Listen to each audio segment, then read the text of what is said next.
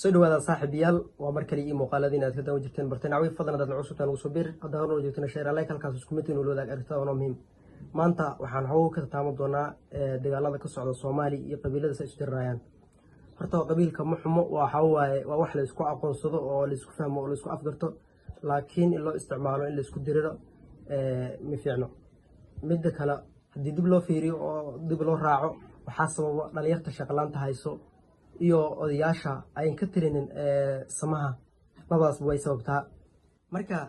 sidee lagu joojin karaa marka xalka taagan waxa waaye hadii ay la isdiriray oo dagaalku uu socdo sidee lagu joojin karaa waxa lagu joojin karaa inay dhalinyarta madowdo horta dadka mustaqbalka soo baxaya waa dhalinyarta loo baahan yahay inay madowdo oo israacaan dagaalku wiilku ma dhashay wax dhintaa bise waxa kale looga baahan yahay culimada inay u istaagaan labada dhinac ka soo joodi email kale wax ka imaadaan inay u istaagaan oo si toos ah ay u dhaxgalaan xaliyaan waxa diinta xageeda dii loo celiyo wax kasta iska fudud yihiin oo xal ilaahay baa haayo ayadaha quraanka kariimka ah dhooban ninkii nin diraadii loo qisaaso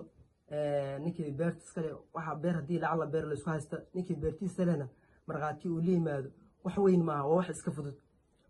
marka meesha dadka ay ku tartamayeen wadamadooda inay horumarsadaan anaga hadii aan qabil ku baabaano anagoo mar hore nagala guumeystay maskaxda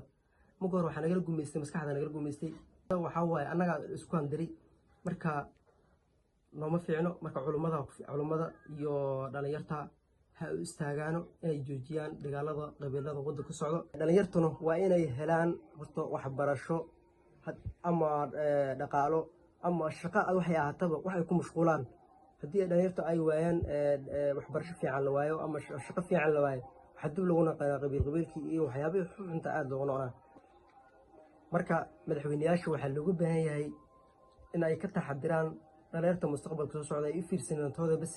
ay fiirsanaan gurigooda iyo bari inta 4 sano oo haysta wax ka qabso inaysan fiirinin